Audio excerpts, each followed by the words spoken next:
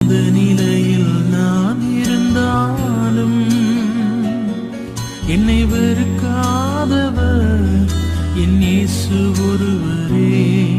என் நேசர்